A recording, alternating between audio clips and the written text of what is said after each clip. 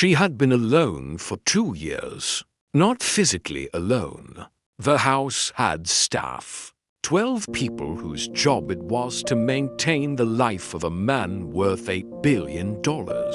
But his daughter, 7 years old, dark hair, the particular stillness of someone who has learned that the world moves around her rather than with her, was alone. They were kind.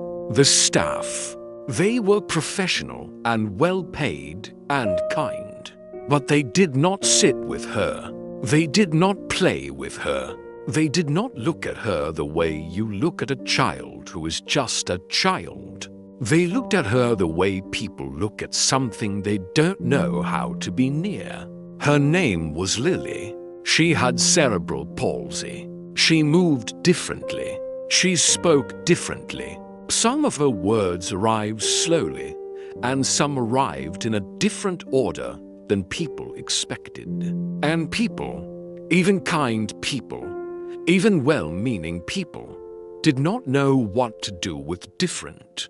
Then on a Monday morning, a new maid arrived. She came through the front door with a cleaning bag and a CV, and the particular expression of someone who had somewhere to be and intended to get there. She walked past Lily in the hallway and stopped, not with the particular stop of someone who doesn't know what to do, with the stop of someone who has seen something worth stopping for. She looked at Lily. Lily looked at her, and she said, not carefully, not with the particular careful gentleness of someone managing a difficult situation. She said it the way you say things to children who are just children. Hello, what are you building? Because Lily had blocks on the floor, and nobody, in 2 years, had asked about the blocks. The Ashworth house had 17 rooms. This was not in the world Marcus Ashworth occupied. A remarkable number. He knew men with more rooms, men with fewer rooms, men who had stopped counting rooms the way certain people stopped counting money, at the point where the counting ceased to provide useful information. 17 rooms was simply the number the house had, and Marcus had filled them with the things that filled houses. Furniture chosen carefully, art chosen more carefully, staff chosen most carefully of all. The staff were good. He had made sure of that, had been rigorous about it in the way he was rigorous about everything, which was completely. The agency had been briefed thoroughly. The requirements had been specific. He had interviewed 3 candidates for each position himself, which his PA considered excessive, and which Marcus considered the minimum standard for people. Who would be in his house with his daughter? His daughter, Lily, was 7 years old. She had her mother's dark hair and her mother's particular quality of attention. The way she looked at things completely, as if looking were itself an activity rather than a prelude to one. She had cerebral palsy, diagnosed at 18 months, which affected her movement and her speech and her fine motor control, and which had not, as far as Marcus could determine, affected anything that actually mattered about who she was. It had affected other people. This was the thing he had not been prepared for, not the condition itself. He had researched comprehensively, had found the best specialists, had arranged the best therapies, had built the particular infrastructure of a wealthy parent who understood that resources were the one thing he could reliably provide. He had been prepared for all of it. He had not been prepared for the way people looked at her, or didn't look. The particular not looking of people who were being kind. Mrs. Henderson was the housekeeper. She had been with Marcus for 4 years, since before Lily's diagnosis. since before everything, and she was good at her job with the specific goodness of someone who understood that being good at a job meant anticipating rather than reacting. She managed the house with quiet efficiency, and she was, in every professional sense, exactly what Marcus had hired. She was uncomfortable with Lily. Not unkind, uncomfortable. There was a difference. Marcus had spent 2 years learning the difference. The particular distance that kindness could contain. The way you could be warm and still be far. Mrs. Henderson spoke to Lily in the particular voice people used. Slower, slightly louder. The particular register of someone who had decided that different meant less and was compensating. With volume and patience. Lily, who was 7 and perceptive, and had been on the receiving end of this voice for 2 years, had developed this specific expression she wore when she was being managed rather than seen. The other staff followed Mrs. Henderson's register, not deliberately. The way things spread in households, through the particular atmosphere of how the senior person behaved, which became the permission structure for everyone else. The result was a child who moved through her own house like a guest. She played alone. She ate at a separate time from the staff, because the previous arrangement, eating with Mrs. Henderson and whoever else was on duty, had produced the particular silence of a table where no one knew what to say and everyone was trying very hard. She built things with her blocks. She had been building the same structure for 3 weeks, a complex arrangement that Marcus recognized from looking at it carefully as an architectural model of something. Though he could not determine what, she worked on it in the mornings, in the wide hallway that got the best light, with the focused patience of someone for whom the building was the point. Nobody asked about it. Her name was Rosa Reyes.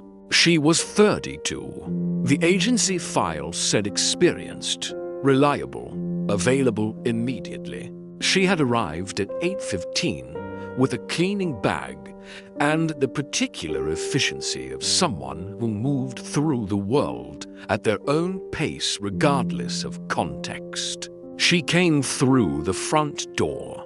She went through the intake with Mrs. Henderson, the orientation, the schedule, the particular geography of a 17-room house, with the attentive thoroughness of someone who was learning what they needed to learn. Then Mrs. Henderson had been called away by a phone call, and Rosa was in the hallway alone. With Lily, Lily was building. She had been building since 7:30, as she built every morning, with the blocks arranged across the hallway floor in a pattern that was, if you looked at it properly, not random at all. Rosa stopped, not the stop of uncertainty, the stop of interest. She looked at the blocks. She looked at the child. She looked at the blocks again. "Hello," she said. "What are you building?" Lily looked up. The expression she expected, the expression she had learned to expect, was the careful one, the managed one, the one that meant someone was deciding how to speak to her. Rosa's expression was not that. Rosa's expression was the expression of someone who had asked a question and wanted the answer. "A library," Lily said. "Which library?" Rosa said. Lily looked at her. "The one on Mercer Street," Lily said. "It has a round window at the top. Here," she pointed to a circular arrangement of blocks at the top of the structure. Rosa crouched down. She looked at the structure. "You got the window right," she said. The proportions are correct. The entrance is slightly wider than this. She gestured. But everything else is exact. Lily stared at her. You know the Mercer Street Library, she said. I've been going there since I was 6, Rosa said. It has the best children's section in the city. I know, Lily said. Papa takes me on Saturdays. Good, Rosa said. The round window looks better from inside. The light comes through it in the afternoon, and it goes everywhere. I know, Lily said. That's my favorite part. Mine too, Rosa said. She stood up. I'll leave you to the entrance, she said. You're almost there. And she went to find Mrs. Henderson.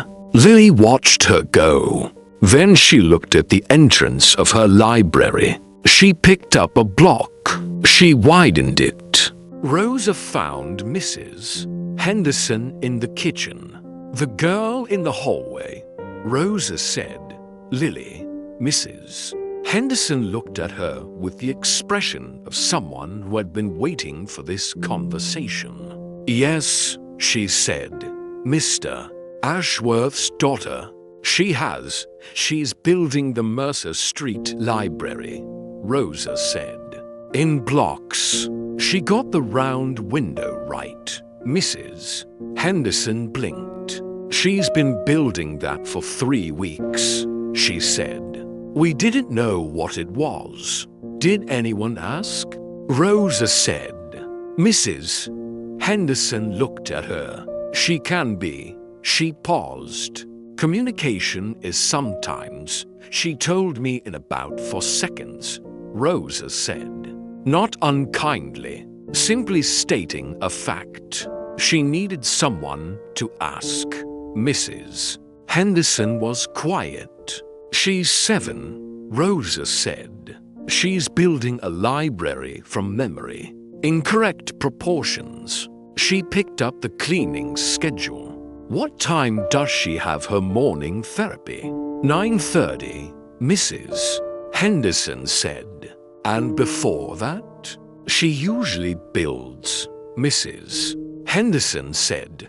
Alone. Not today, Rosa said. She started sitting with her in the mornings. Not every morning. She had work to do. The house was 17 rooms and required the attention the house required. But she rearranged her schedule with the practical efficiency of someone who understood that certain things were more important than the order in which you cleaned rooms. She sat with Lily from 8 to 8:45, not teaching, not managing, not being careful. She asked questions about the library, which was completed on the Wednesday, and which Rosa had helped finish on Tuesday morning. By holding the blocks that Lily's hands could not reliably place alone, without making it a gesture of help, and making it instead just 2 people building something together. About the books Lily liked, which turned out to be extensive and specific, and considerably more sophisticated than most 7-year-olds, which Rosa received with the complete lack of surprise of someone who had been paying attention. About the things Lily thought about. Lily thought about a great many things. She had thoughts about architecture. The Mercer Street Library had been the first, but there had been others. 3 more structures started and not finished because nobody had sat with her while she built. She had thoughts about the library books. Specific and detailed opinions about specific and detailed things, delivered in the slightly uneven rhythm of her speech, which Rosa listened to completely without the particular patience of someone waiting for it to be over. She listened the way you listen when you want to hear, Lily noticed. On the Thursday of the second week, in the middle of a conversation about a book about deep-sea fish, Lily stopped. "Rosa," she said, single quotes, "yes. You don't talk to me like I'm different," Lily said. "You're not different," Rosa said. "You're Lily. People think I'm different," Lily said. "Some people," Rosa said, "don't look properly." Lily considered this. "Papa looks properly," she said. "Good," Rosa said. "That's the important one." "And you?" Lily said. "Yes," Rosa said. "And me?" Lily went back to the deep-sea fish. Rosa went back to listening. He found out on a Friday, not from Mrs. Henderson, from Lily, which was itself significant, because Lily had not volunteered information about the house in quite some time. She had developed, over 2 years, the particular reticence of someone who had learned that what happened in her hours was not a subject of great interest to the adults around her. She told him at dinner. "Rosa asked about my library," she said. "Which library?" Marcus said. "The one I built." In the hallway, Marcus was quiet for a moment. He had walked past the structure every morning for 3 weeks. He had not asked about it, which was a fact he was now sitting with. "What did she say?" He said.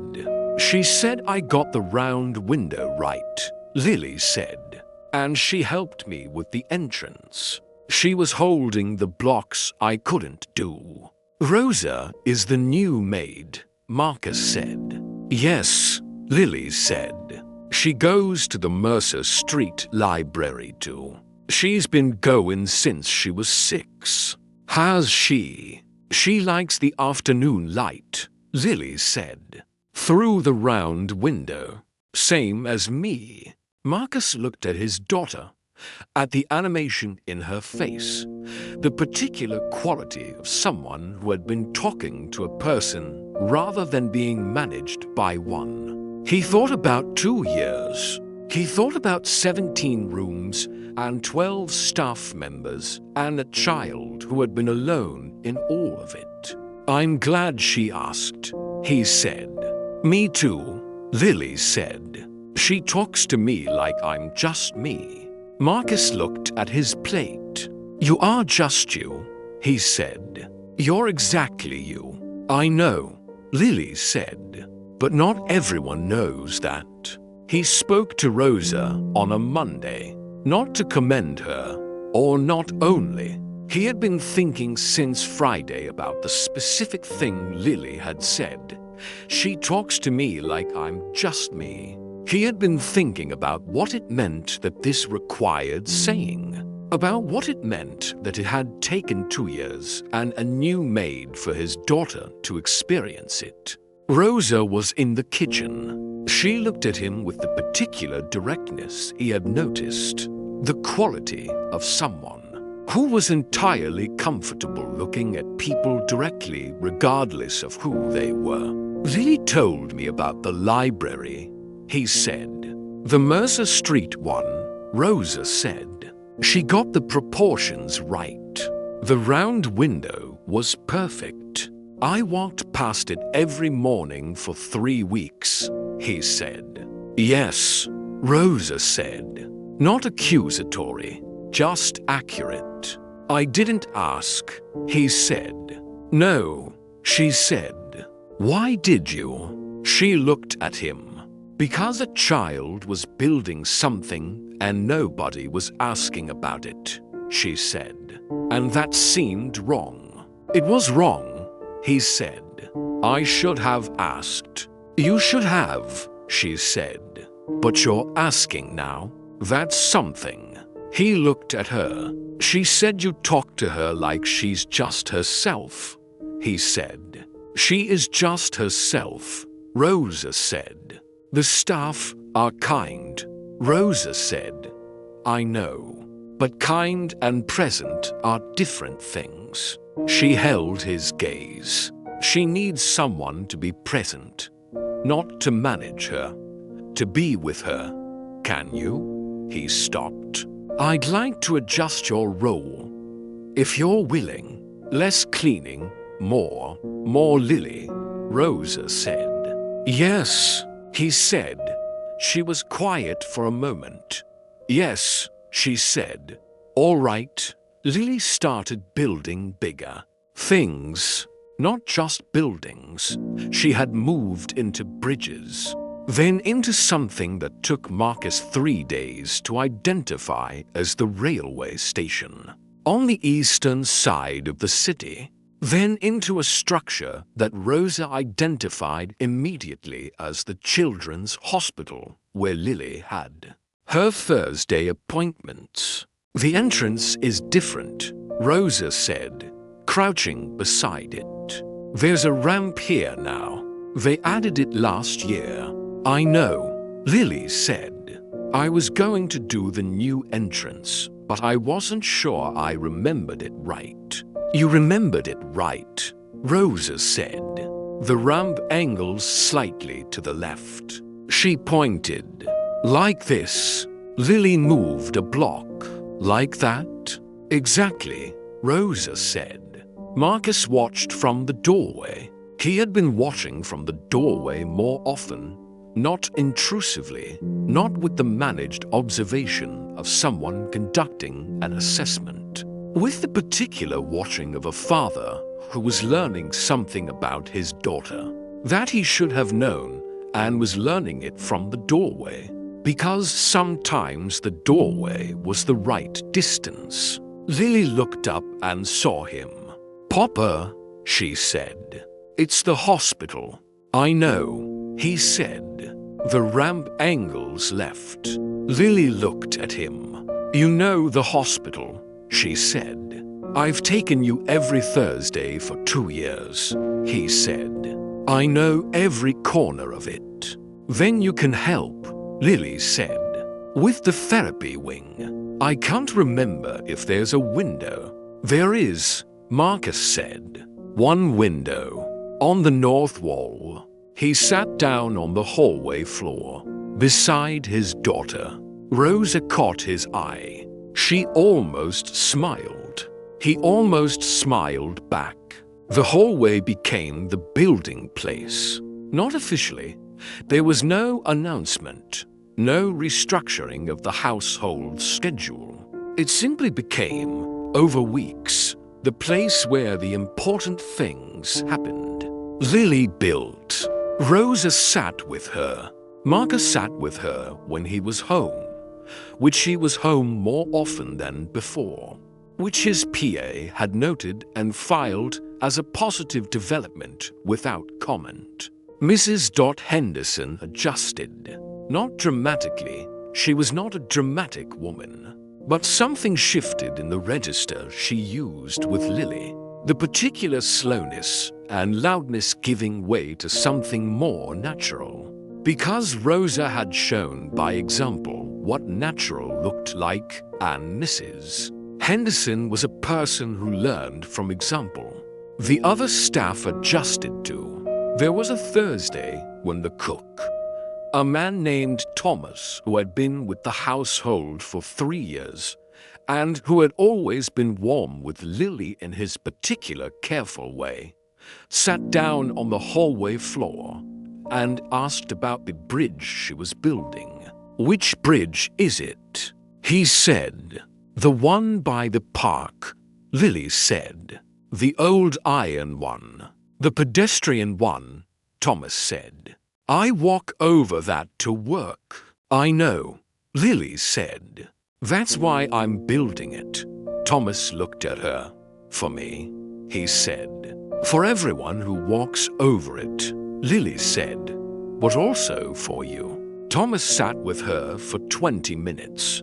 Marcus, watching from the doorway, thought about what Rosa had said.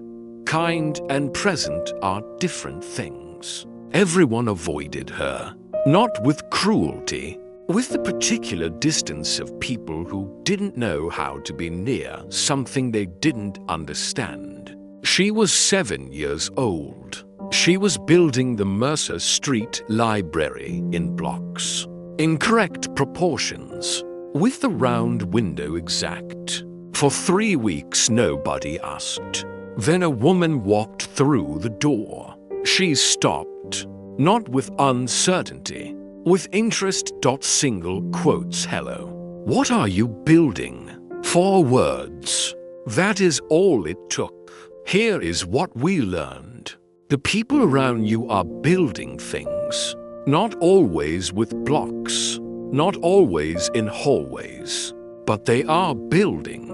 They are making something. They are working on something that matters to them. And they are waiting, most of them, most of the time, for someone to ask. Not carefully, not with managed gentleness. Just ask. What are you building? Ask it like you want to know the answer. Because most of the time, they do want to tell you. They just needed someone to ask.